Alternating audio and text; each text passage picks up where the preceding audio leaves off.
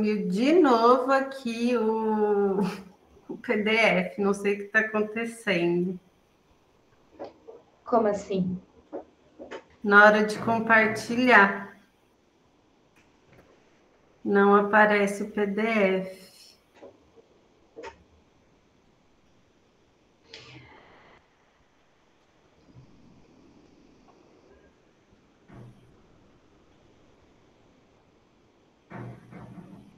Você não está com a opção de compartilhar o PDF que você criou? Não, ele não está aparecendo para compartilhamento aqui, entendeu? Quando abre a tela. Ele está aberto. Ele está aberto em PDF ou em guia de Chrome?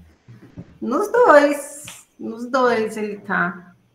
E não aparece Só que eu não sei o que está opções? acontecendo, nenhuma das opções, não sei. Aqui na USP a gente usa isso há mais de 6 anos e não tem problema com isso. Pior que eu não sei te dizer qual é o caminho que Você vocês não fazem para tentar. sabe. Não sei.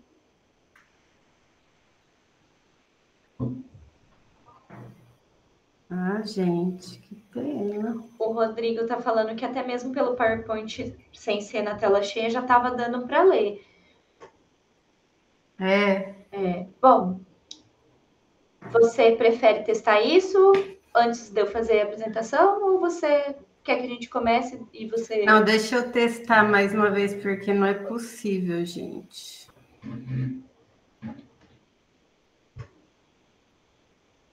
Tem que aparecer.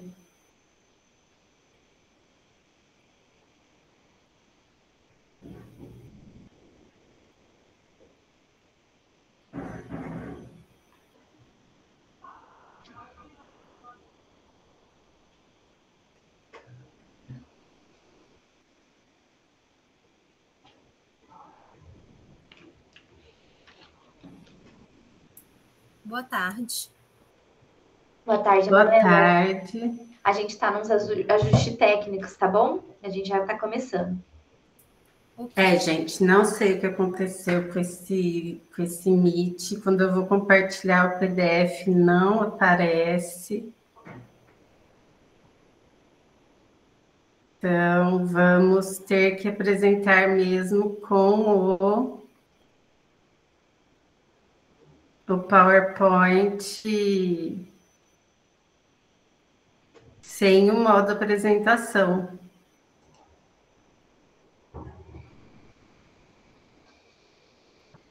O pessoal está falando de ativar o modo leitura.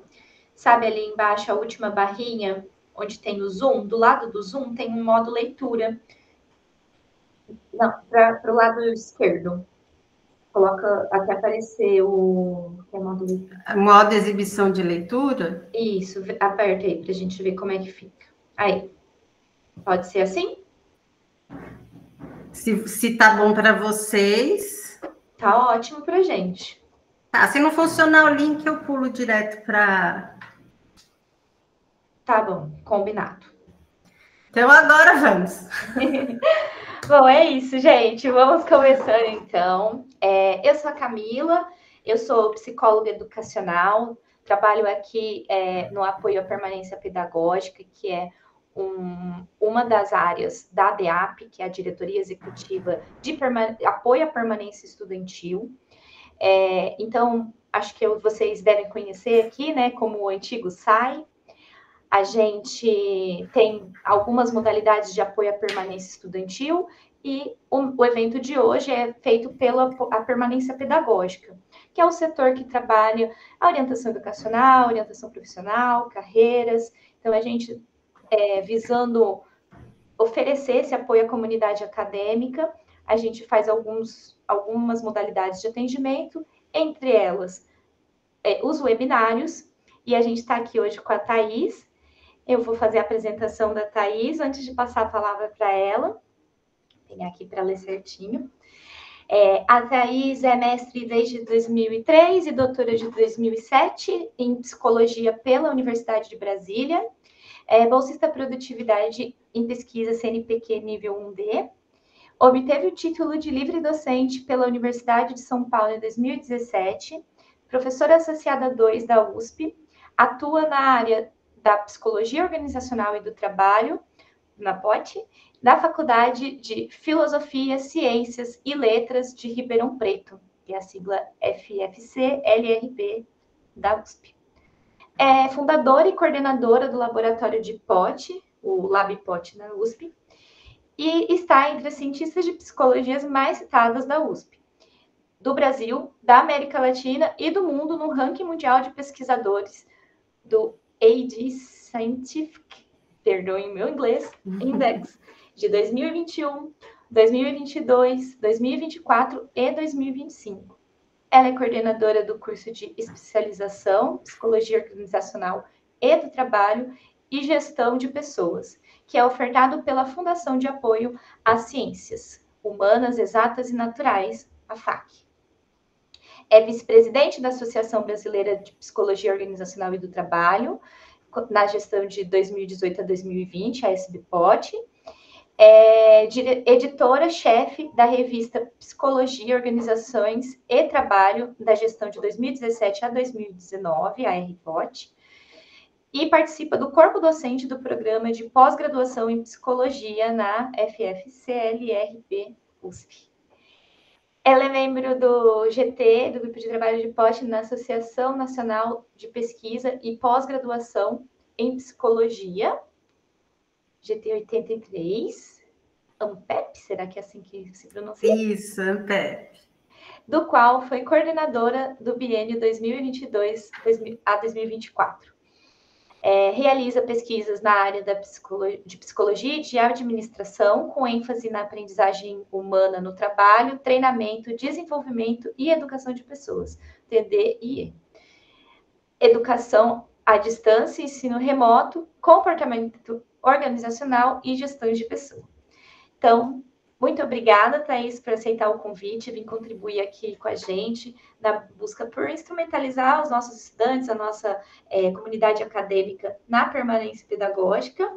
E eu vou passar a palavra para você, mas vou continuar aqui, então qualquer coisa que precisar eu estou aqui, o pessoal vou administrando também um pouco aqui no chat, tá bom? Tá bom, muito obrigada. Gente, boa tarde, desculpa aí os problemas de tecnologia, mas parece que eles têm vida, enfim, um dia resolve funcionar, outro dia não resolve, então a gente atrasou aí uns 10 minutinhos, mas nada que vá atrapalhar a nossa conversa, tá?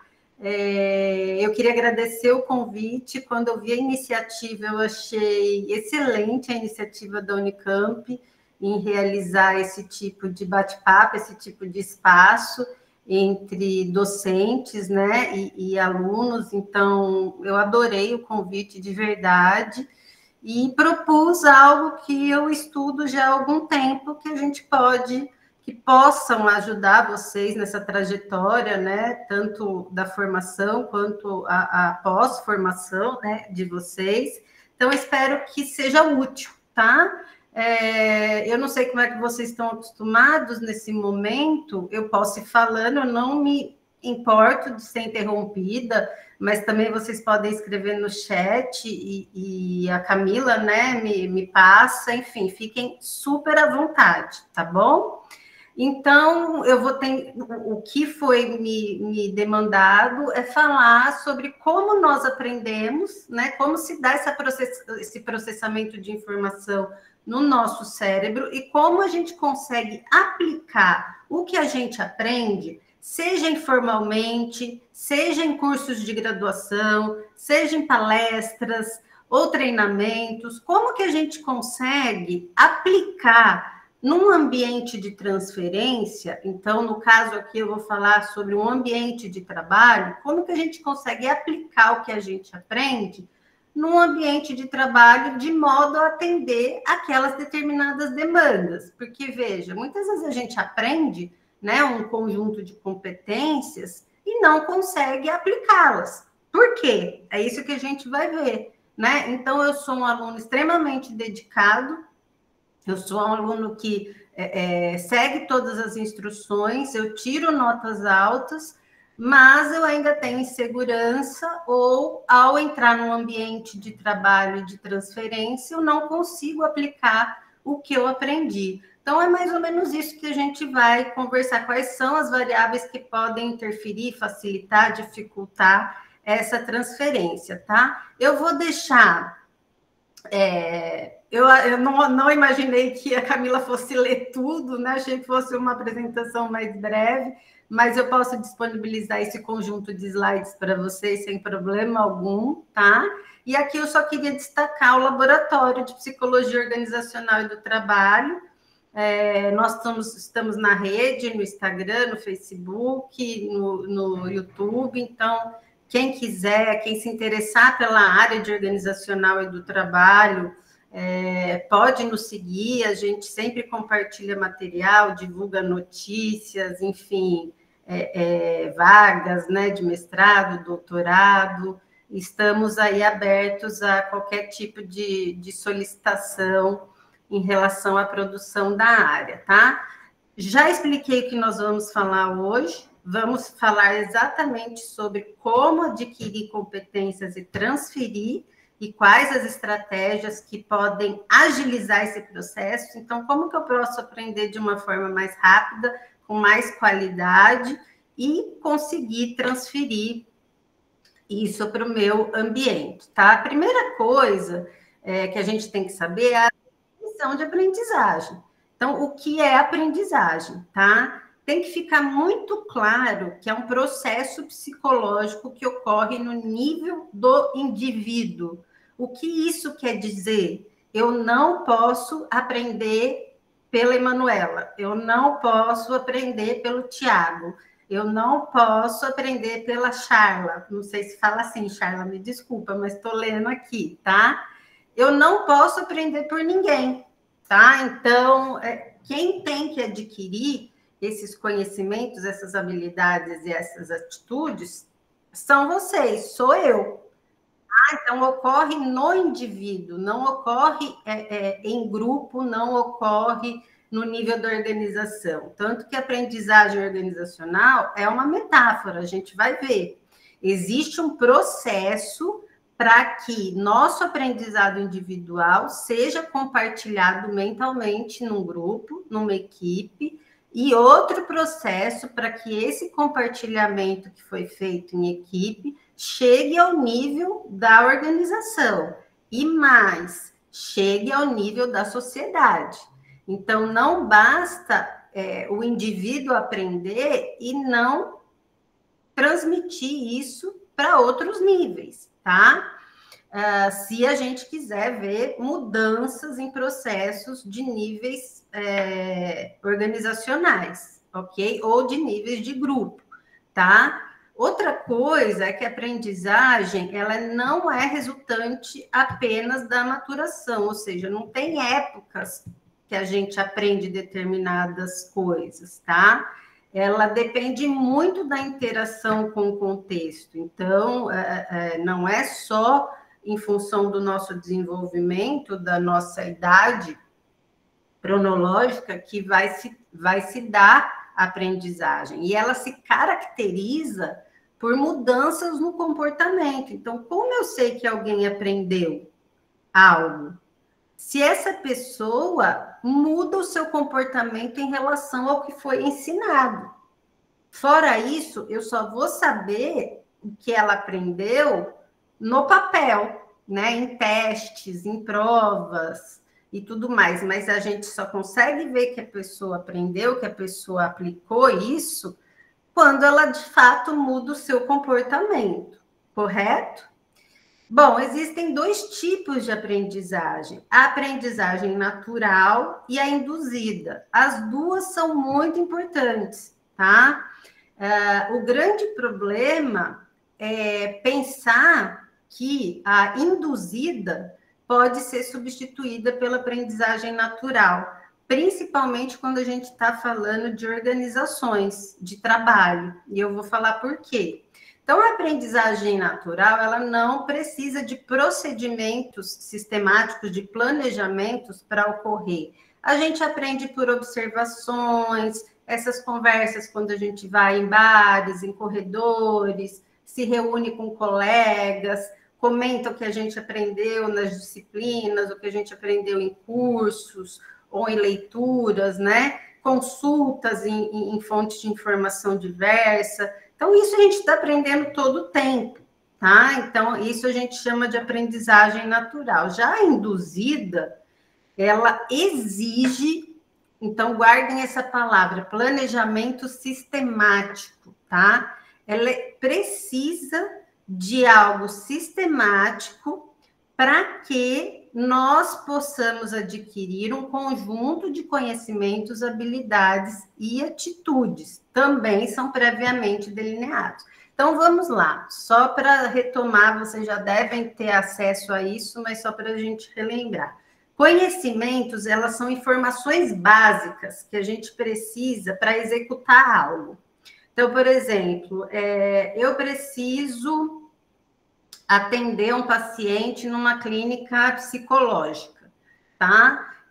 Quais as informações que eu preciso para isso? Então, eu preciso das informações da abordagem que eu vou usar, as informações de como aplicar um teste, as informações do processo de investigação dos sintomas. Eu preciso de informações básicas para executar alguma atividade, correto?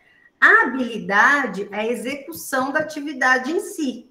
Então, para eu executar alguma ação, eu preciso ter esse conjunto de informações. Por exemplo, eu vou fazer um planejamento estratégico numa organização para os próximos 5 anos, ou para os próximos 3 anos, cada organização ela vai fazer o planejamento estratégico de acordo com a sua missão e os seus objetivos. Para eu fazer um planejamento estratégico, eu preciso saber quais são as etapas desse planejamento estratégico e como eu vou levantar informações e como eu vou analisar essas informações. Então, são as informações que eu preciso para elaborar um planejamento estratégico. Atitude, gente, muita gente confunde com motivação. A gente vai ver por quê.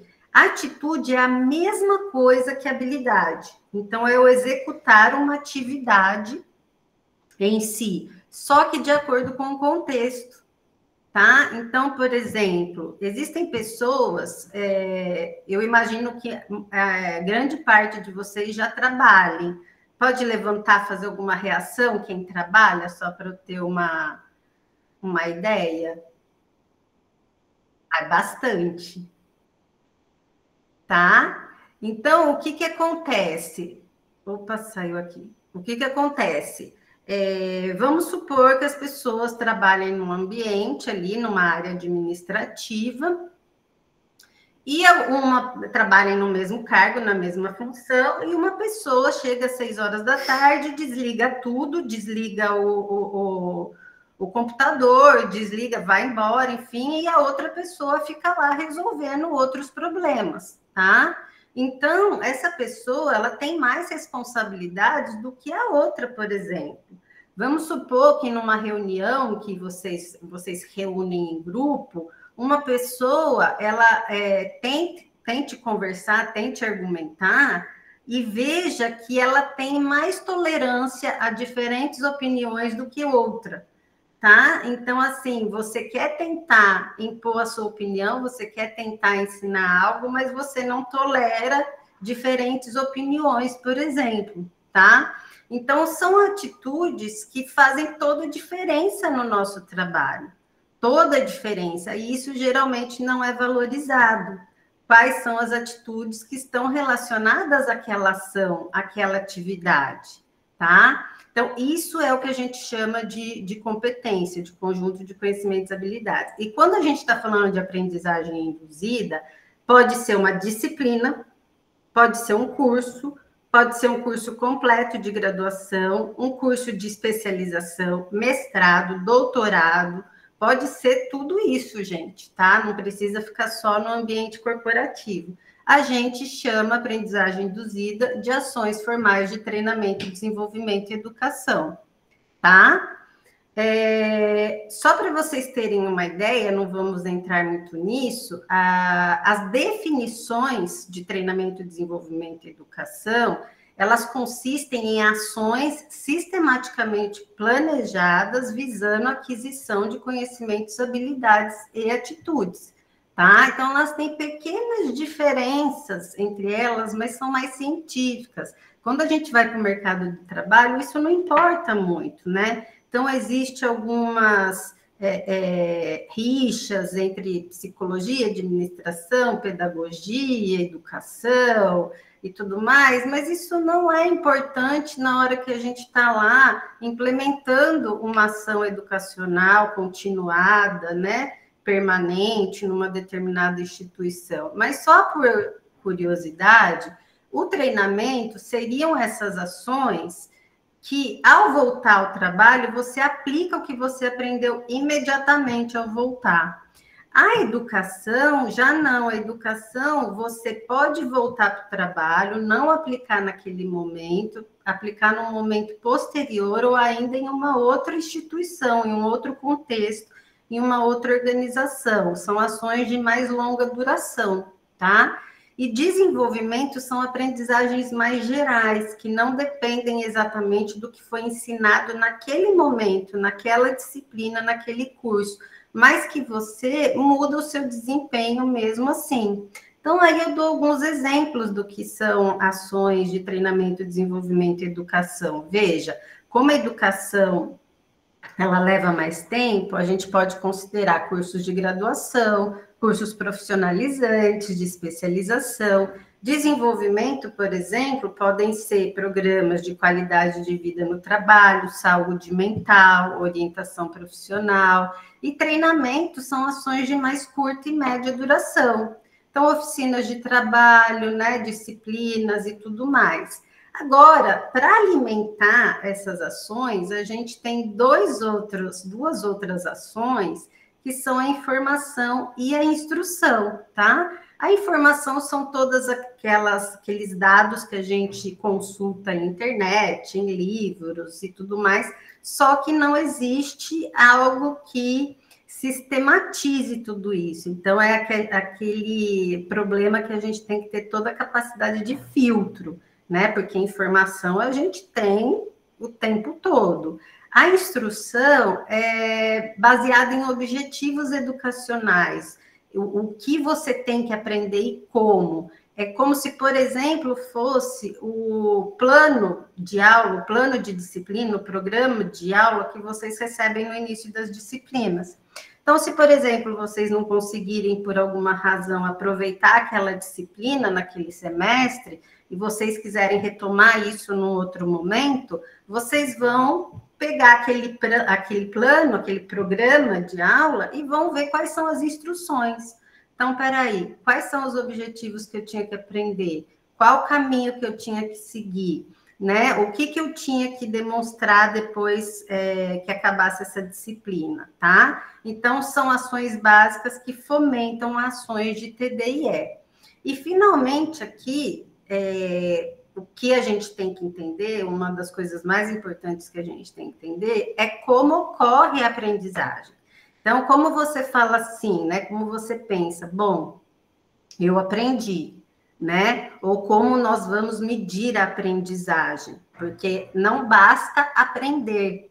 Então, nós já estamos falando aqui de adultos, né? Nós já estamos falando de pessoas que estão fazendo um curso dentro de uma universidade pública e de qualidade e que logo serão egressos e entrarão para o mercado de trabalho. Então, não adianta a gente aprender uma série de conteúdos. Isso é algo básico.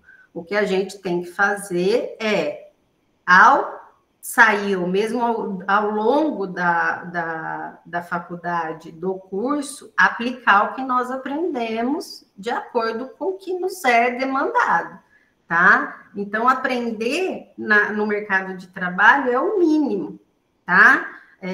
As organizações de trabalho, mesmo se você decidir prestar serviço, as pessoas não vão se importar se você aprendeu algo ou não. Elas querem saber se vocês sabem resolver algum problema, tá? Usando o que vocês aprenderam. Então, para aprender, a gente não pode pular etapas. Não existe uma fórmula mágica que faça com que nós consigamos alcançar os conhecimentos, habilidades e atitudes necessários. E a aprendizagem é algo extremamente necessário para que ocorra a transferência, tá? Pode ser que não ocorra por outras razões, mas para ocorrer transferência, tem que ter ocorrido aprendizagem. Quais são as etapas aí que nós precisamos passar? Quais são os fenômenos que exigem que aconteçam para que a gente aprenda? A primeira coisa é a aquisição. Então, é o processo básico de apreensão daqueles conhecimentos, habilidades e atitudes que são desenvolvidos ao longo da ação, seja um curso, uma disciplina. Então, por exemplo, agora vocês estão no momento de aquisição, vocês estão ouvindo uma palestra, tá? Então, durante as aulas, nas suas disciplinas, vocês estão adquirindo informação. Quando vocês estão lendo algum livro, vocês estão adquirindo informação, ou na internet, né? Ou no Instagram, ou qualquer outra coisa. Isso é o processo básico. Mas isso é o suficiente para você aprender algo? De maneira alguma, tá? Você tem que passar por um processo que a gente chama de retenção. O que é isso? É a quantidade de tempo em que esses conhecimentos, habilidades e atitudes continuam a ser utilizados no ambiente de transferência após o término do programa instrucional. Então, o que promove a retenção? Aquilo que a gente acha bem chato, mas que é necessário. Os exercícios, as atividades contínuas, os testes, os trabalhos, enfim, que se dá em disciplinas. Hoje, pelo menos aqui na USP, varia muito de turma para turma, mas eu tenho turmas que os alunos, quando nós apresentamos as atividades de retenção, que são as atividades de aprendizagem, eles pedem para diminuir, até que não tenha quase nada, né? Então, assim, a gente tem que argumentar muito, que fala assim, olha, se você não reter essa informação, daqui 6 meses, 1 ano, você vai esquecer. Ou seja, se você não tiver atividades consistentes, suficientes, para que aquelas informações que você receba durante as aulas sejam retidas, no final do curso, você vai esquecer tudo que você aprendeu. Absolutamente tudo. Não tem como o cérebro reter algo que ele não é treinado repetidamente, que ele não repetido, né, de forma constante. Então, as atividades de aprendizagem, elas são essenciais para que essa retenção ocorra.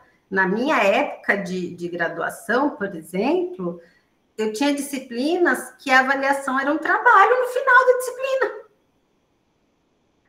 E durante a disciplina não se pedia nada, sabe? Então, assim, quando eu cheguei no final do curso, tinha matérias ali que eu não tinha nem ideia de que autores eu tinha estudado, de quais eram as diferenças de teorias, de quais eram as semelhanças, quais eram as contribuições, quais eram as definições, né? Porque não existiu retenção. Existiram aulas tal, e muitos alunos acham isso sim bom, e não é. O direito do aluno é que você tenha o máximo de atividade de retenção possível para que isso seja aproveitado no resto da vida, né? A gente tem uma mania no Brasil de achar que a avaliação é punição, sendo que, na verdade, é um meio, né? Ela não é um fim, ela é um meio para o aprimoramento, né? Só que, de fato, né, as pessoas usam como punição, muitas pessoas usam como punição. E não deveria ser um direito do aluno. Olha, eu aprendi 60% dentro de 100% de critérios. Eu aprendi 70%. O que faltou para eu aprender os outros 30%?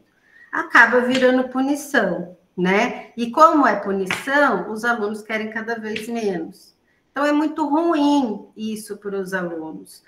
Teve um comentário no chat, eu não sei se eu consigo estar aqui, só um instantinho. Emanuele. O meu problema na graduação, Rodrigo, é que os exercícios pareciam que me ajudariam a resolver problemas parecidos com eles, mas não novos problemas. Isso me deixa frustrado. A gente vai conversar sobre isso também. As atividades de aprendizagem, elas têm que ser compatíveis com os objetivos pretendidos no curso. Então, se o objetivo é complexo, a atividade também tem que ser complexa, né? Se o objetivo é simples, a atividade tem que ser mais simples. Pode falar, Emanuele. Manuela, desculpa.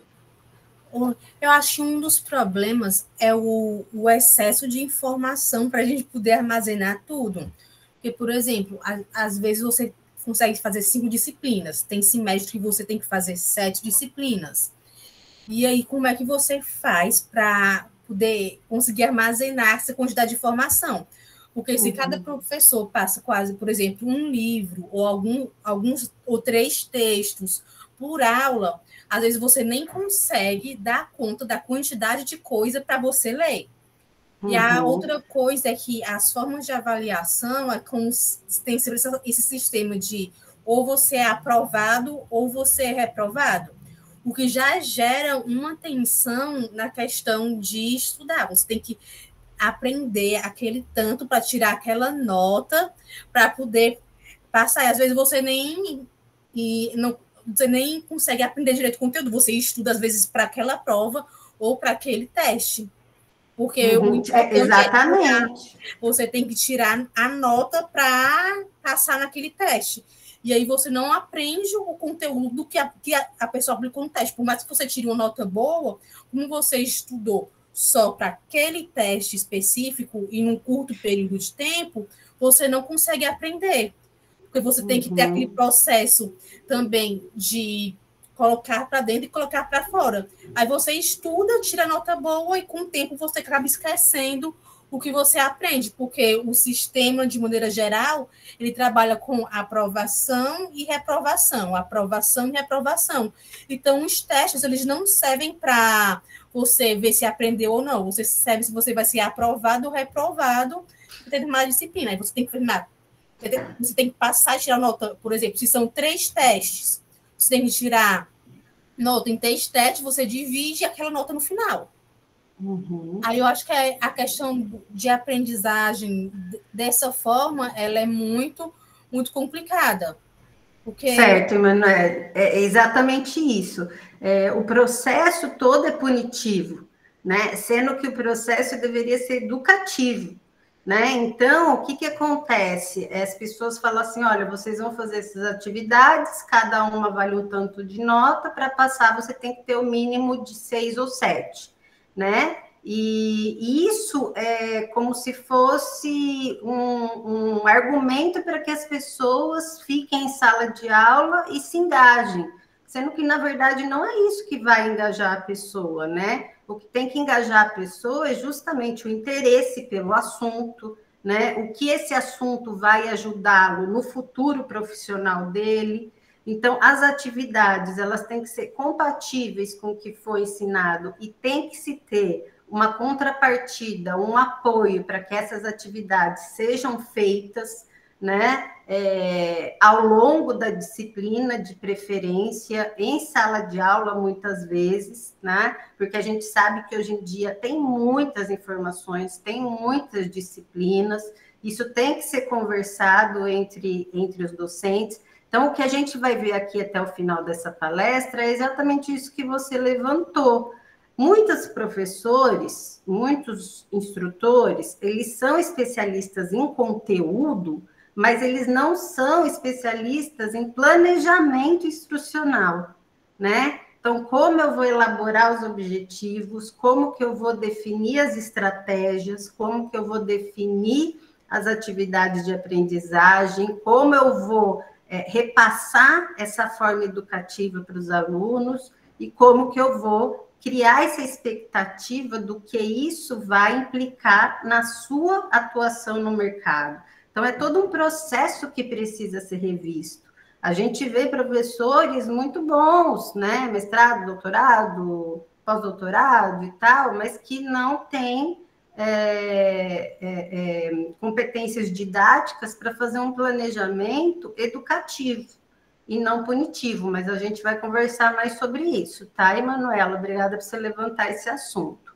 Bom, ao reter essa informação, você é capaz de generalizar. O que é generalizar? É você aplicar aquilo que você aprendeu num ambiente de transferência em contextos um pouco diferentes do que houve aquisição, mas não tão diferentes, tá? Então, por exemplo, você adquiriu uma série de conhecimentos e habilidades num determinado curso e vão te colocar numa situação, né? Ou de demonstrar aquele comportamento que você aprendeu, ou de demonstrar se você adquiriu um estágio, né, provavelmente que você vai fazer, e você consegue aplicar aquilo que você adquiriu e reteve num contexto diferente, tá? De sala de aula, não tão diferente do que você aprendeu, porque você ainda vai estar sob supervisão, tá? Então, sem esses 3 processos, não há aprendizagem, né? Então, essa questão que a Manuela trouxe. Gente, quanta informação, é muita informação, é muita informação. É muita informação que não é retida,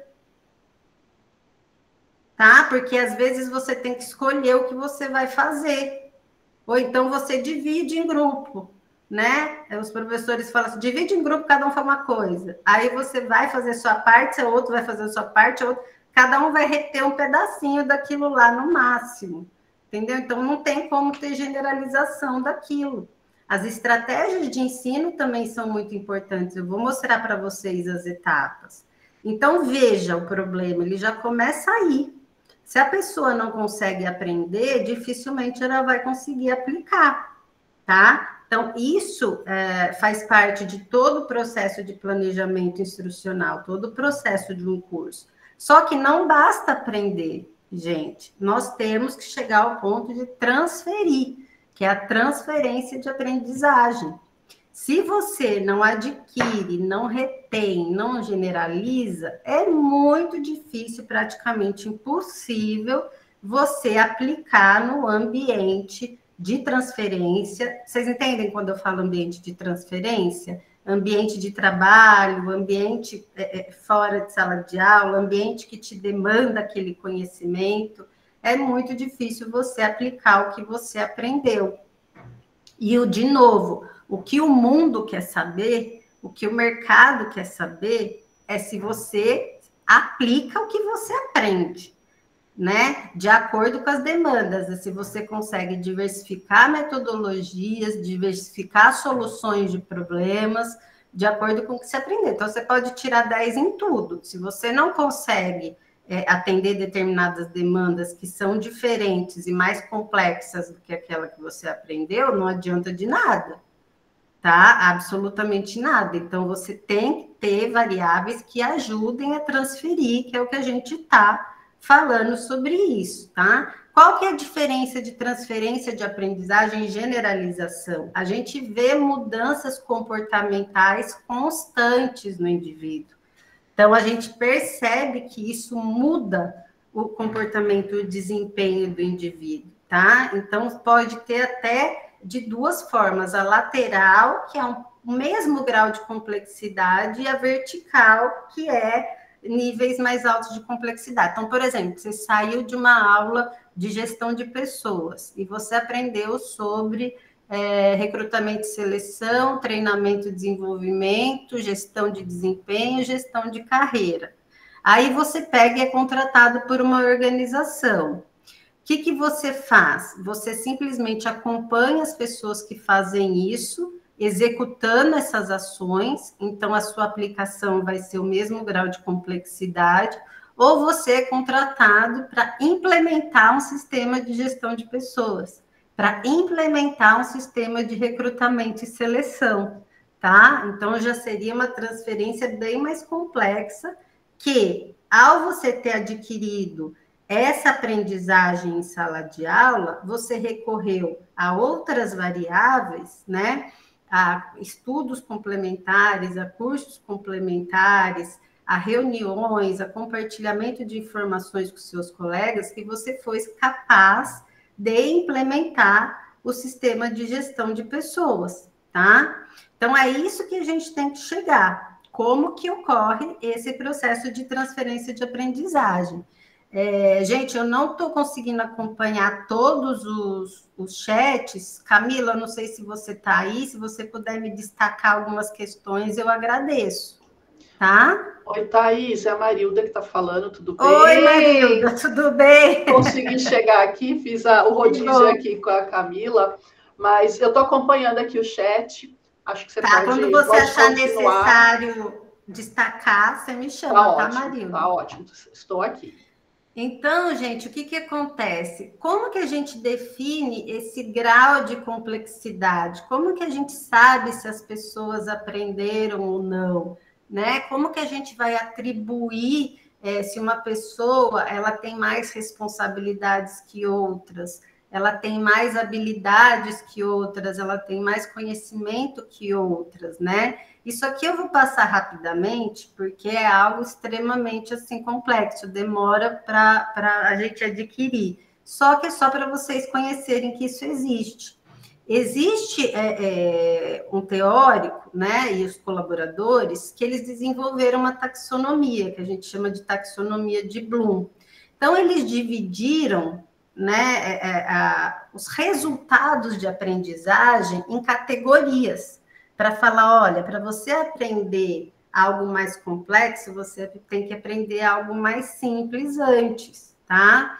E eles dividem os processos de aprendizagem nos 3 grandes domínios: o domínio cognitivo, o domínio afetivo e o domínio psicomotor. Senão, a gente não consegue saber quais são as estratégias de ensino que são mais adequadas para aquele objetivo, para aquele resultado de aprendizagem. Obviamente, gente, esses domínios ocorrem ao mesmo tempo no nosso cérebro. Não tem como separar. Então, por exemplo, um médico, ao fazer uma neurocirurgia, que vai exigir dele muita psicomotricidade, né, uma mão leve, enfim, vai exigir muito do cognitivo, de tudo que ele sabe sobre neurocirurgia, e mais ainda do afetivo, que é todo um controle de emoções ali, né, todo um controle de ansiedade, resolver problemas inesperados durante a cirurgia.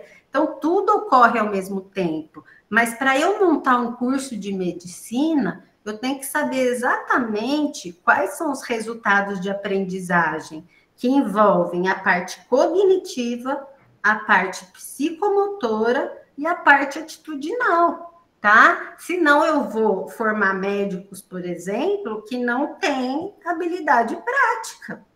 E isso é um perigo, tá? Então eu vou ensinar só resultados de aprendizagem cognitivos, vou simular alguns atitudinais e ele não vai ter a prática suficiente, tá? Do mesmo jeito, o contrário, ele vai ter muita prática e pouca teoria, então ele só vai saber fazer o que ele aprendeu ali naquele momento de prática, ele não vai saber diversificar aquela intervenção em função de diversas outras teorias, porque ele não teve resultados de aprendizagem cognitivos o suficiente. A mesma coisa para qualquer outro curso, para psicologia, pedagogia, engenharia, tá? Tem cursos que são predominantemente cognitivos, tem cursos que são predominantemente psicomotores, tá?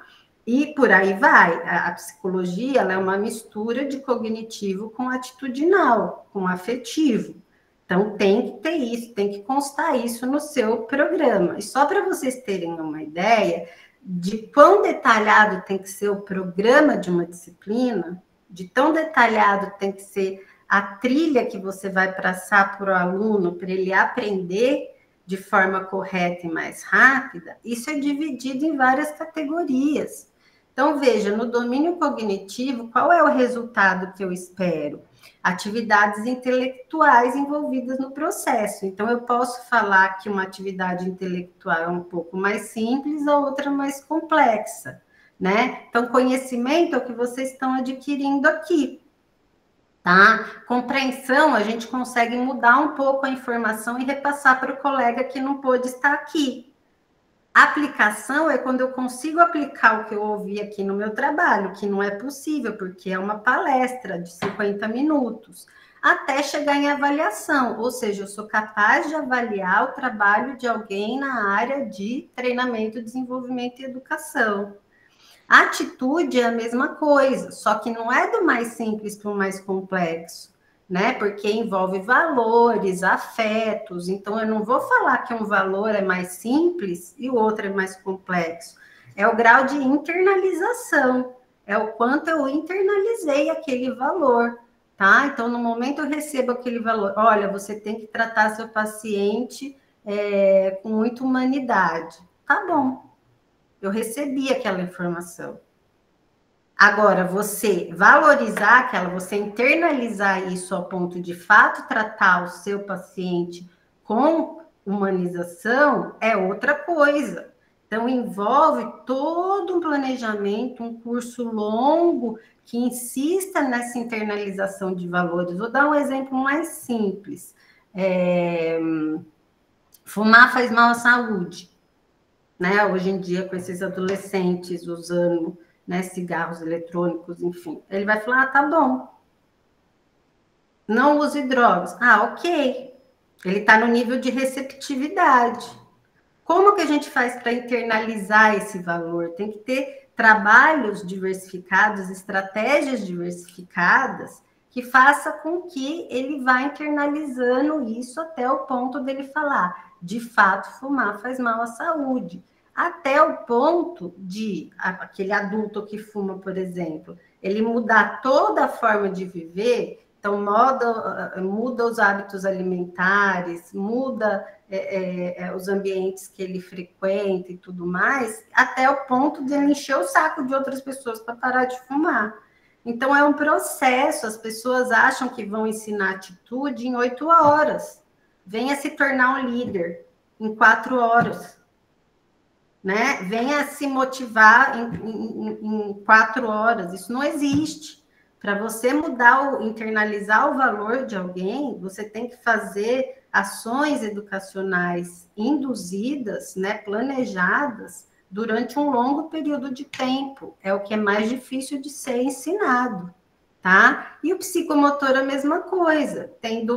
Só que não é do mais simples para o mais complexo. É a automatização dos movimentos. Então, se você pensar num esportista, por exemplo, se você pensar em cirurgias, né, por exemplo, primeiro você vai observar, o estagiário vai observar um outro médico fazendo uma cirurgia. Depois ele vai aprender a se posicionar de acordo com os equipamentos. Depois ele vai fazer uma cirurgia acompanhada do professor, acompanhada do médico. E ele vai cada vez mais treinando ao ponto dele chegar ao completo domínio dos movimentos. Dele falar assim, nossa, esse médico é o melhor cirurgião que existe. Mas antes ele passou por todas essas etapas. Então, o que integra o domínio cognitivo é a complexidade das atividades intelectuais. Do afetivo é o grau de internalização. E do psicomotor é o grau de automatização dos movimentos. Tá? Isso é muito interessante. Depois, se alguém quiser continuar estudando isso, pode me procurar. E aí eu mostro categoria por categoria, tá vendo? Cada uma tem a sua definição, que vai chegar ao domínio do resultado de aprendizagem. Bom, aí a gente chega no momento crucial aqui da nossa palestra, né? Que é a tal da transferência, né? Então, como que eu vou demonstrar no final das contas, no final do dia, que eu apliquei no meu trabalho o que eu aprendi em cursos, em sala de aula, ou o que eu aprendi informalmente, o que seja. Como que eu vou demonstrar um desempenho competente, né? Essa transferência, esse desempenho competente, ele não depende só das competências. Lembra que eu falei para vocês? né? Você pode ter um conjunto de conhecimentos, habilidades e atitudes e não conseguir aplicar, né? Então, ele não depende só disso, tá? Para você adquirir os conhecimentos, habilidades e atitudes, você precisa de todos aqueles processos que eu falei, que é aquisição, retenção e generalização, tá? Agora, para transferir é outra história. Veja, eu posso saber muito, tá? Só que eu posso não ter condições de aplicar. Por exemplo, eu estou num ambiente de trabalho em que meu chefe não me apoia, em que o ambiente é envolto de assédio moral, em que os meus colegas me boicotam o tempo inteiro, em que meu salário não é suficiente. E por aí vai, em que eu não tenha recursos financeiros o suficiente. Então, veja, eu sou uma pessoa extremamente competente. Se eu não tenho condições para aplicar, eu não vou ter o desempenho que eu gostaria de ter, ou que eu poderia ter. De novo, vamos para um contexto que atinge todos nós. Se eu sofro um acidente, eu preciso de uma unidade de emergência, e eu chego nessa unidade, e existem médicos muito competentes, mas não existe material, não existe médicos suficientes, não existe equipamentos, aquele médico, ele não vai conseguir chegar ao objetivo final dele, que é salvar uma vida. Ele pode ser a pessoa mais competente do mundo, mas ele pode não ter condições para isso. Quantas vezes a gente vê isso em entrevistas, né, de médicos simplesmente reclamando, chegando ao ponto, né, de desistir, enfim, olha, eu não consigo trabalhar, não existe anestésico aqui, tá? Então, ele não vai ter o desempenho dele, e a causa do problema não é a competência, é a condição. Então, a gente chama de poder fazer, que é as condições, saber fazer, que são as competências, e querer fazer, que é a motivação, tá? Eu posso ter competências, eu posso ter condições e não querer fazer, mas eu já adianto uma coisa para vocês. A área de treinamento, ela em 2017 fez 100 anos, tá, no mundo. Então, ela tem aí uns 100 e poucos anos. As meta-análises da área, elas demonstram que 70% da não aplicação do que as pessoas aprendem no ambiente de trabalho são em função da ausência de condições. Sabe quanto que é a causa da falta de motivação? 5%, não passa. Então, as pessoas, elas querem fazer, elas querem aplicar, só que elas não têm condições para isso, não tem um suporte gerencial, não tem um suporte organizacional. Ah, Thaís, mas espera aí, eu vejo um monte de gente desmotivada o tempo inteiro. Como que pode ser isso? Gente, isso é consequência. A gente está falando da causa do problema. A causa da não transferência, na maior parte das vezes, é falta de condições, é falta de suporte. No caso que a gente está falando de ações educacionais, é falta de um planejamento adequado, é falta de apoio dos colegas, tá? Isso, ao longo... Imagina você trabalhar 5, 10, 15, 20 anos no mesmo lugar com essas condições. Uma hora você vai se desmotivar, obviamente, né? Não tem como, tá? Então, a consequência da falta de condições leva à motivação. Por isso que muitas vezes o pessoal vem e fala assim, meus funcionários estão muito desmotivados, eu preciso de uma palestra motivacional, como se isso fosse ajudar em alguma coisa. Primeiro que não se ensina motivação. Motivação é algo intrínseco, o que me motiva não motiva a Marilda, tá? Então, eu não posso ensinar motivar alguém, é algo intrínseco, ele é mediado. A gente se motiva em função de algo, né? Em função de alguma estratégia, em função da existência de algum moderador ali. Então, por definição, não existe treinamento motivacional. Não existe isso, tá? Ninguém vai treinar a motivação de ninguém. Até porque você vai para um evento desses, ao retornar ao trabalho, continua a mesma coisa. O salário é o mesmo, as condições são as mesmas, e não mudou nada. Isso só vai provocando um cinismo, uma frustração cada vez maior. Ah, mas essas iniciativas são muito boas. Podem ser boas, eu não sou contra essas iniciativas.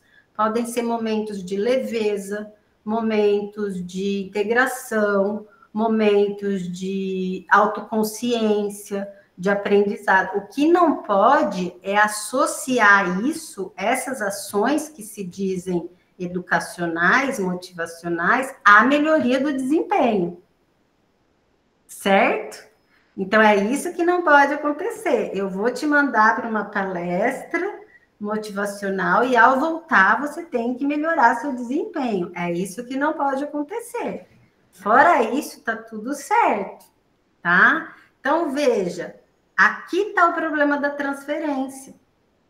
Tem pessoas que são extremamente competentes, gente, muito competentes, mas se elas não têm condição, elas não vão aplicar isso no ambiente de trabalho. E com o tempo, nós vamos perder pessoas extremamente competentes, tá? E aí a gente vai ver o que influencia. Eu não sei quanto tempo eu tenho ainda, Marilda. Thaís, olha, a gente tem o teto até às 13h45. Mas é bom deixar um espacinho, né? Isso. Então, podemos pensar em 15 a 20 minutos antes. Tá bom. É que a gente atrasou 10 minutos, viu, Maria? Ah, não tem problema. Essas coisas acontecem. Por culpa de alguém que está entre o computador e a cadeira. É a tecnologia, é isso. Tá tudo certo, Thaís, não se preocupe. Então, vamos lá. Então, vamos ver algumas condições externas que podem afetar, ajudar, né, a melhorar isso ou prejudicar, tá? Condições externas à aprendizagem natural. Qualidade das informações, o suporte dos colegas, dos chefes, o suporte material. Isso também pode interferir negativamente na aprendizagem induzida, tá bom? As condições externas à aprendizagem induzida, que é aqui que foi o que a Emanuela trouxe, tá? Então, veja o que pode influenciar. Os modos de entrega, como que isso foi entregue para os treinandos ou para os estudantes, dependendo do contexto. A qualidade das mídias que foram utilizadas, então, os livros foram bons, as indicações foram boas, a forma que se repassou isso aos estudantes foram bons, a adequação das estratégias. Espera aí, para um domínio cognitivo, gente, não tem muito o que eu fazer. Eu tenho que indicar leituras, eu tenho que dar aulas expositivas e dialogadas, e os alunos têm que ler. Eu não posso simplesmente chegar na sala de aula e falar assim, dividam-se em grupos, cada um vai falar sobre um assunto e tá tudo certo. Eu não posso, porque é tanta coisa que tem que se fazer que é muito difícil que os alunos que vão preparar outros assuntos vão ler intensamente, tal como o outro grupo fez. Agora, se você está vamos supor, psicologia da personalidade 3, 4, aí tudo bem. Você já adquiriu as informações básicas e aí você está usando as estratégias de argumentação, de apresentação e tudo mais. Mas chegar numa disciplina básica, em que o aluno não detém o conhecimento básico, e fazer esse tipo de estratégia pode até ser mais leve para o professor, pode até ser mais leve para o aluno, mas não vai fazer ele aprender. Então, tem que se tomar muito cuidado com essas estratégias que parecem ser boas, né, gostosas, enfim, tranquilas, mas que não vão ajudar ninguém a aprender o que precisa. Agora, atitudinal, você não vai usar um livro, você não vai usar um conjunto de slides, tá? São atividades que têm que ser feitas ao longo do tempo, com interações, com troca de papéis, com simulações reais, tá? Com modelagem comportamental, mostrando casos de sucesso, casos de fracasso, e muito ao longo do tempo, dependendo do valor e da atitude. Psicomotor, você não vai também usar aulas expositivas, você vai ter que estar em campo, tá? Então, as estratégias, elas têm que estar adequadas para aquilo que vai ser ensinado. O foco tem que estar no estudante, não no professor. O que é melhor para o estudante aprender mais e mais rápido, e não o que é mais fácil para eu ensinar, tá? A sequência de apresentação dos conteúdos também é muito importante. Os procedimentos de feedback, não adianta dar um monte de atividade e isso não é trabalhado. Vamos ver se eu consigo. Aqui, ó. É aqui que eu estava falando, Emanuela. Então, isso são aspectos que um especialista em treinamento, desenvolvimento e educação é uma das questões que ele desenvolve, que é o planejamento instrucional, é o planejamento de uma disciplina, planejamento de um curso de graduação, de especialização, são todas essas etapas, não é só entrar em sala de aula virtual ou física, tá? Ele tem que redigir objetivos, tem que ter componentes nesses objetivos, tem que ter o desempenho, o verbo de ação, o objeto de ação, em termos de comportamentos observáveis. Então, não adianta você chegar assim, o objetivo da aula é sensibilizar os alunos. Como que eu vou saber que ele está sensibilizado de algo? O objetivo da disciplina é conscientizar os alunos. Como que eu vou saber que alguém está consciente de alguma coisa? Pense no ambiente de trabalho, se cai isso, a injustiça que vai ter, o conflito que vai ter, né? Imagine eu ter que medir a consciência de alguém. Isso vai ser extremamente injusto. Tem que ser comportamentos observáveis. Vamos dar um exemplo bem simples. Como que eu sei que alguém é consciente dos malefícios do cigarro?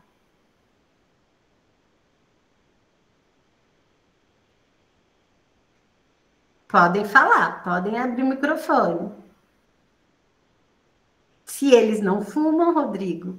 Exatamente.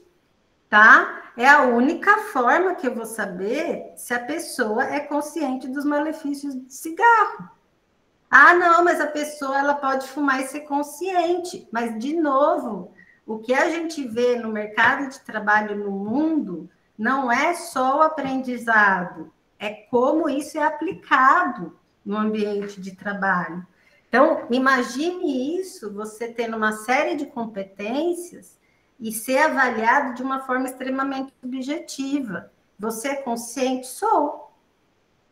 Mas não separa o lixo, mas, enfim, né? Não faz nada para ajudar a sociedade. Então, isso tudo tem que ser ao final da disciplina, o que o aluno vai ser capaz de aprender, em termos de objetivos, em termos de comportamentos que eu posso observar, tá? Por isso que aquela taxonomia ajuda e muito.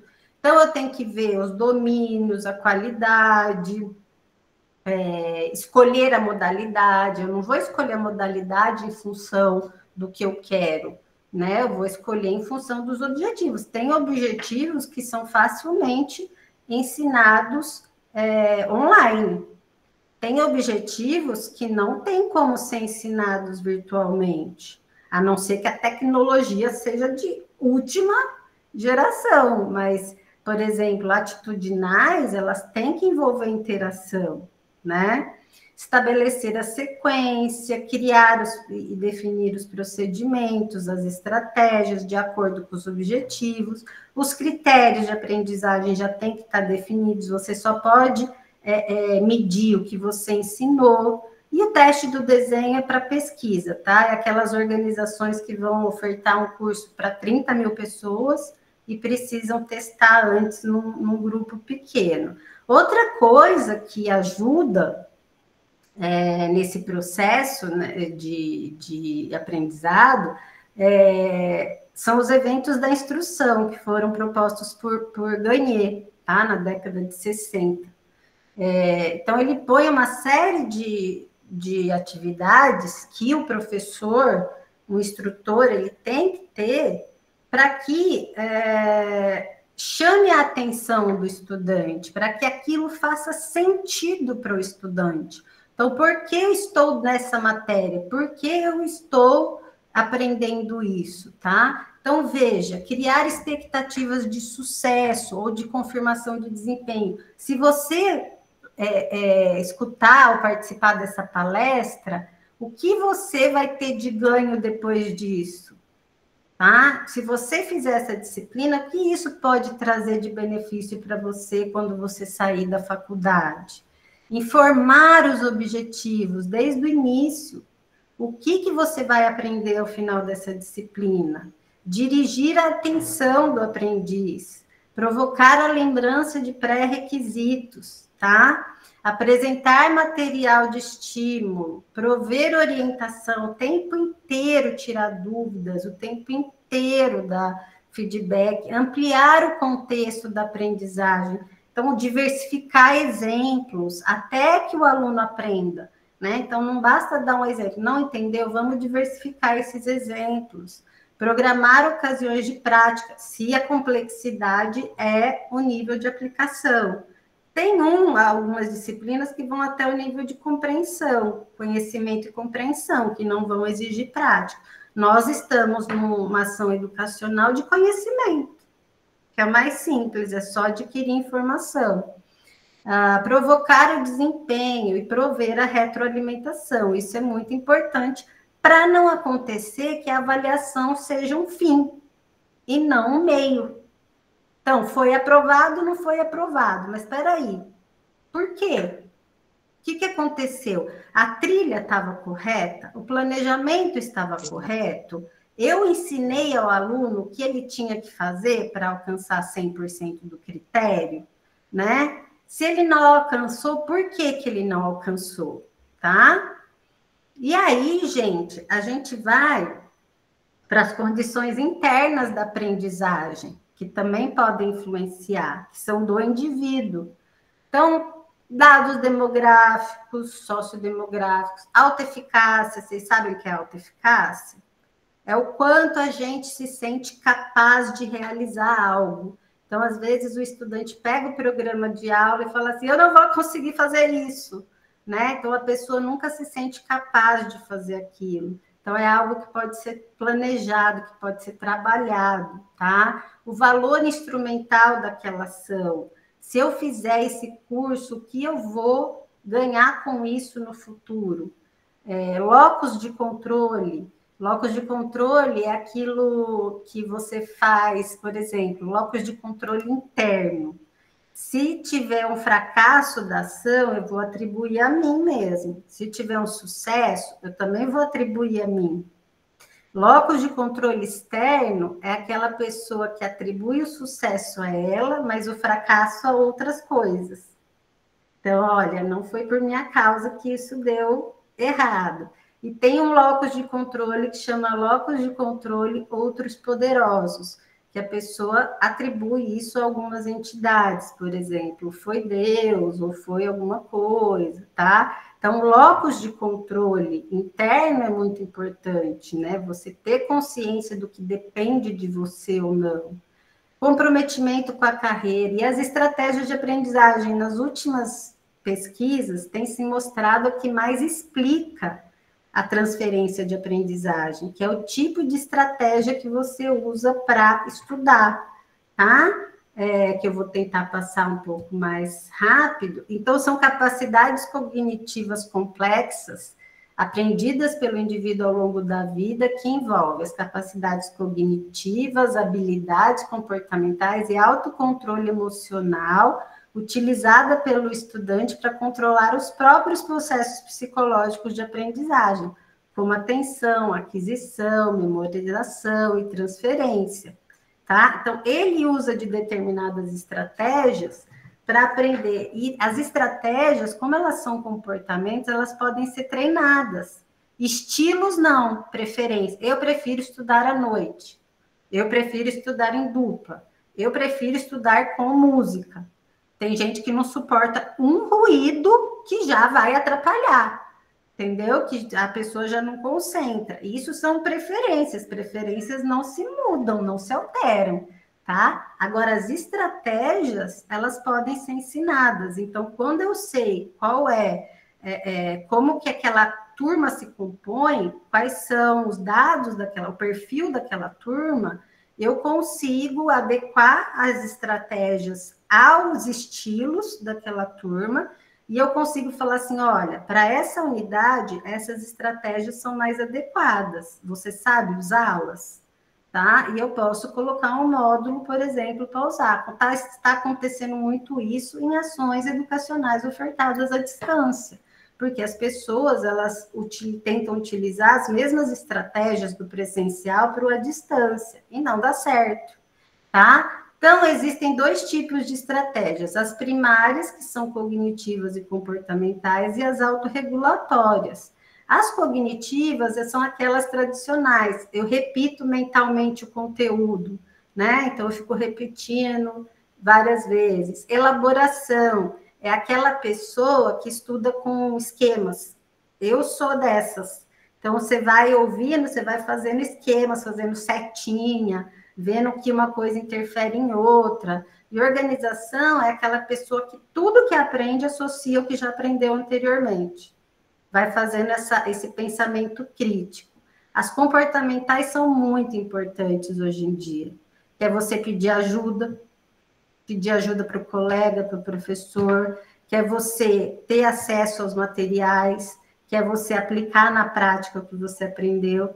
E as autorregulatórias são fundamentais, principalmente em tempos de ansiedade extrema, de informações sem fim, né? Que a gente não sabe mais filtrar o que é. Então, é o controle da emoção, certo? Então, assim, quando eu estiver assim, muito ansiosa, eu tentar manter a calma, eu pensar em estratégias cognitivas que podem me ajudar, né? O controle da motivação, então, quando eu estiver perdendo a concentração, ou eu não gostar daquele assunto, mas ele é importante para mim, eu tentar me concentrar naquele assunto, desenvolver estratégias para isso, e monitoramento da compreensão, que eu acho bem bacana, que é você mesmo fazer testes para ver se você aprendeu ou não, tá? Aqui tem alguns exemplos.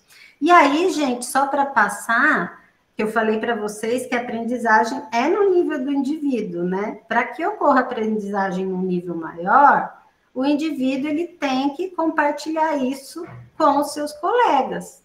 E, por sua vez, a equipe tem que compartilhar isso com a organização, senão nunca vai chegar um produto final da organização. Então, veja, se a aprendizagem é formal ou informal, teve suporte para que ela transferisse, porque senão para ali. Vai parar ali, tá? Teve suporte material, psicossocial? Tá. Isso foi socializado entre a equipe?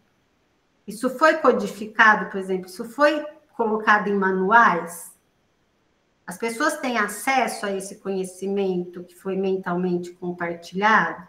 Só dessa forma a gente pode chegar à aprendizagem organizacional. Bom, gente, eu paro por aqui. Isso daqui eu trouxe a mais, tá? Que é para mostrar para vocês que isso pode ser medido, que a aplicação na prática ela já é medida há muito tempo, que existem os modelos clássicos que já não têm mais evidência, mas existem os modelos que são integrativos, que foi tudo isso que a gente falou, características influem do indivíduo, características do planejamento influem, o processo, o suporte, e aí tem modelos realmente que a gente transforma em instrumentos, o impacto é o que a gente chama da transferência, tá?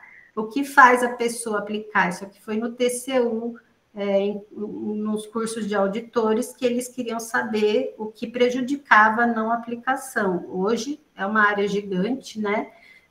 Isso daqui foi o meu trabalho na época, que foi quando começou os cursos à distância, em função do 11 de setembro. Veja bem, eu cheguei em Brasília em 2001, Então, assim, todos os órgãos, todas as autarquias de Brasília estavam ensandecidas para elaborar cursos à distância, que ninguém queria mais pegar um avião para ir para fazer um treinamento. Então, eu fiz essa parceria com o Sebrae para verificar se as pessoas sabiam elaborar um plano de negócio, abriam o negócio e permaneciam com ele lucrativo mais de um ano. Tem várias, pode fazer isso em instituições de ensino, que fazem as pessoas aprenderem mais, no Banco do Brasil, que foi um treinamento estratégico, tá? E, por fim, deixar um recadinho para vocês. Se você quiser trabalhar como profissional de aprendizagem, terá que acreditar que o ser humano é capaz de aprender até o último dia de sua vida. Se esse não estiver adquirindo constantemente novos conhecimentos, habilidades e atitudes, é provavelmente porque as intervenções do profissional não foram eficazes, ou porque os ambientes de trabalho não foram capazes de estimular o uso de novas competências no trabalho. Tá bom, gente? Mais uma vez, desculpa o atraso de 10 minutos, e eu agradeço o convite, Marilda. Foi muito bom participar dessa iniciativa de vocês. Viu? Espero ter alcançado as expectativas. Nós que agradecemos, Thaís, pela sua contribuição, trazendo informações bem relevantes aqui para nos ajudar aí nas reflexões, principalmente para os alunos de graduação que estão no processo de formação, mas que já podem pensar, né, sobre essa formação e os processos de aprendizagem e essa transição para o mundo do trabalho. O pessoal está batendo palma aqui, tá aí? Então, que bom. Acho que isso é o reconhecimento aí da sua apresentação. O Paulo também colocou muito obrigada aqui, foi ótimo.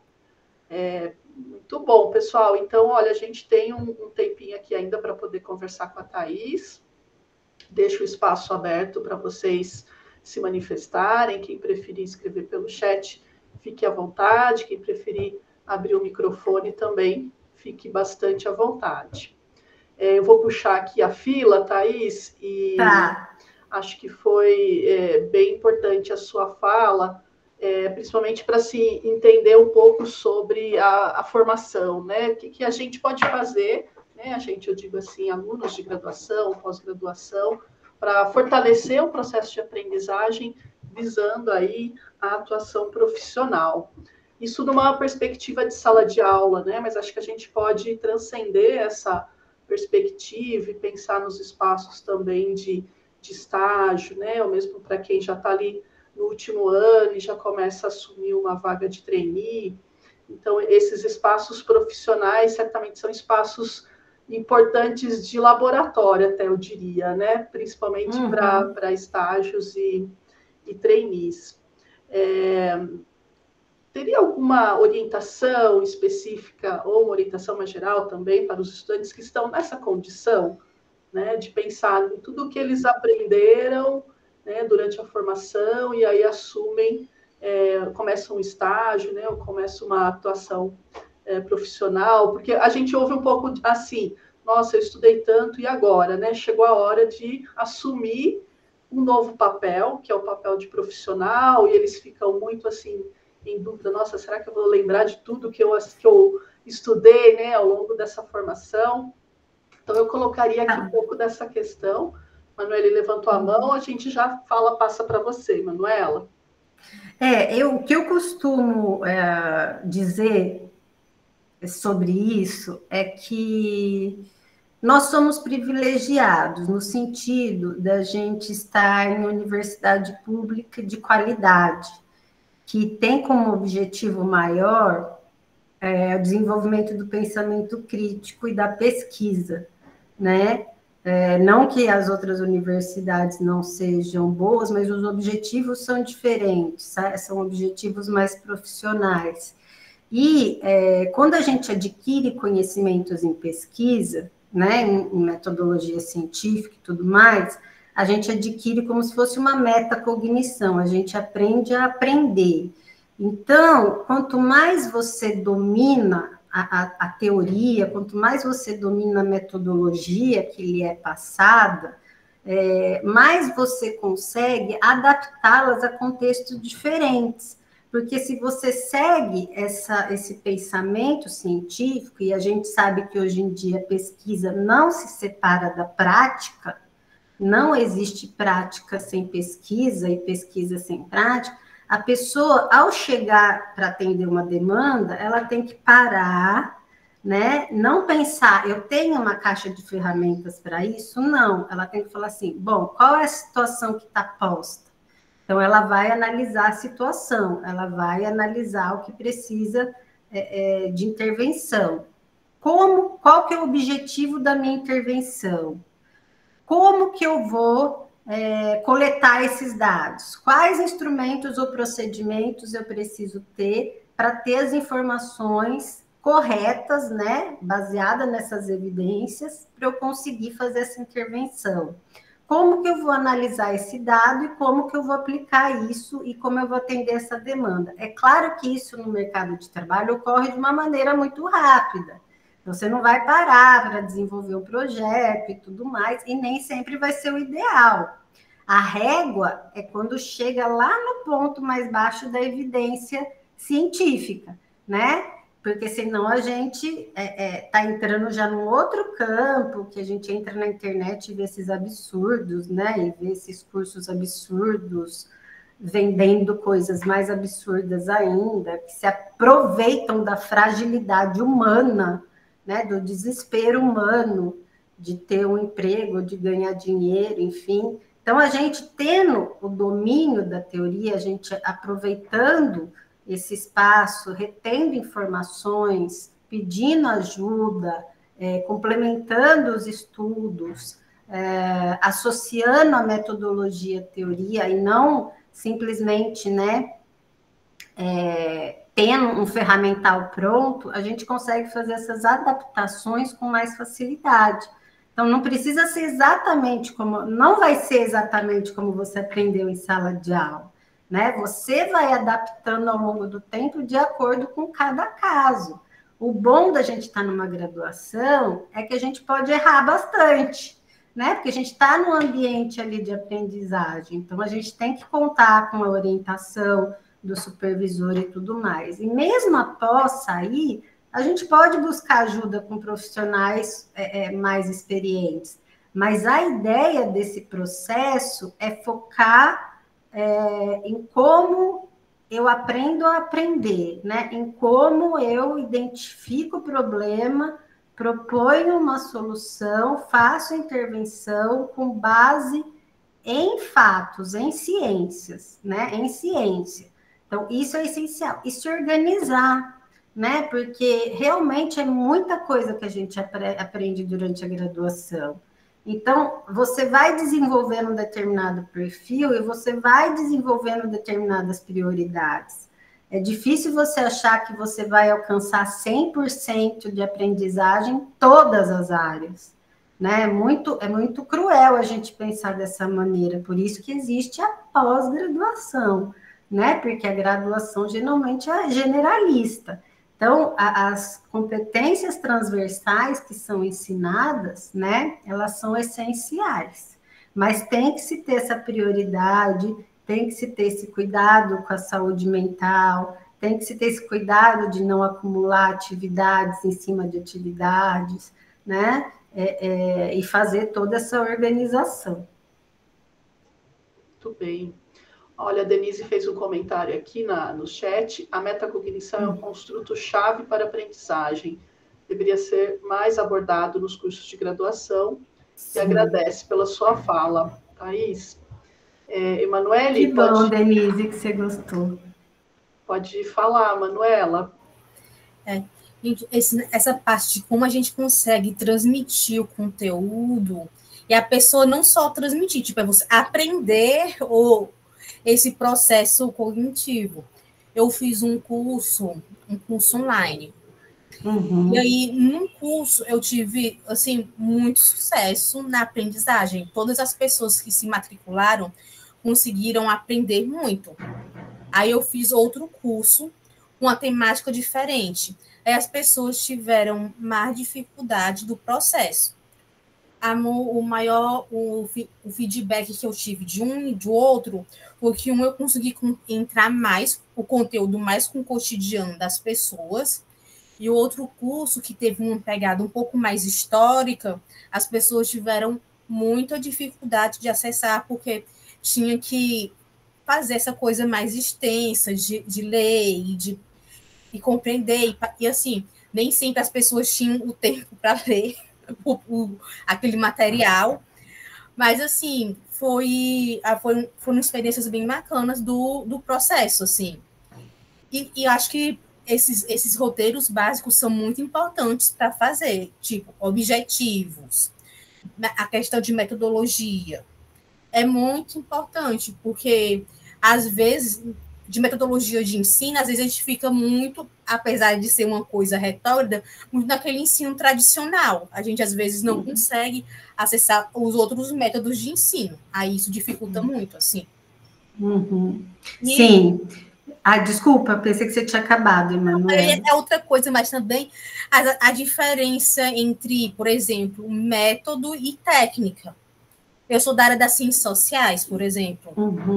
Eu digo que eu tive uma boa base na minha graduação, porque eu consigo, por exemplo, se eu pegar um texto, eu consigo distinguir pela escrita da pessoa, você sabe qual autor ou método principal ela está utilizando. Porque isso é um método, você tem um método que os pesquisadores fazem e é diferente de técnica, por exemplo, de escrever artigo, de pesquisa bibliográfica e tal. Tem coisas que são técnicas que você utiliza, mas método é outra coisa. E às vezes o que se faz durante a graduação é fazer esse processo de você também se compreender, de se identificar qual é o método ou que eu tenho mais proximidade para fazer. Eu acho que essas coisas também é interessante, porque se você não entende o que é método, você não consegue avançar no seu campo de pesquisa, você fica sempre nessa parte mais superficial. Sim, sim. A epistemologia da área é muito importante, né? Então, e são diferentes em cada ciência, né? Então, como cada ciência estuda o seu objeto, né? Então, isso é importante, isso é diferenciado até dentro de grandes ciências, né? Tem abordagens diferentes dentro das ciências. O importante é a gente ver que tudo é uma coisa só, né? A ciência, ela tá para servir o ser humano.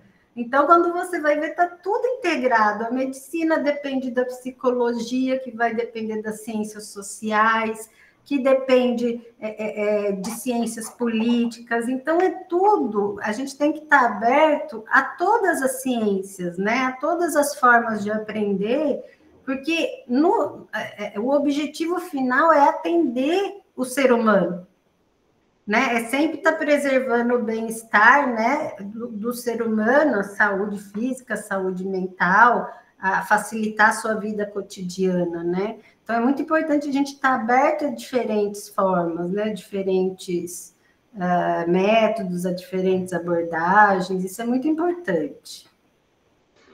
Muito bem, pessoal, acho que nosso tempo aqui já esgotou, a gente até passou um pouquinho, mas eu gostaria de agradecer a todos vocês que participaram desta atividade, né, e puderam contribuir aí com as perguntas, né, os comentários. Gostaria de agradecer também a Thaís por ter aceito aqui o convite e contribuir conosco aí também com suas pesquisas, com seus dados. Pessoal, vejo vocês nas próximas atividades, então, esse próprio webinário, ele criou uma lista de presença, então não se preocupe, né, com isso, que a gente vai atestar a frequência aí para vocês. Eu que agradeço, viu, marido? Pode contar comigo. E eu agradeço a participação de vocês, tá? Eu posso passar, para pedir meu e-mail, ele está no slide. Eu posso passar os slides para a Marilda, você consegue passar para ele? Consigo sim, Thaís. Eu mando para o pessoal que estava inscrito aqui na. Vou deixar aqui rapidinho o meu e-mail, que foi pedido, e aí eu passo os slides para a Marilda, tá bom? Muito obrigada, gente. Bom restinho de semana. Obrigada. Tchauzinho. Tchau.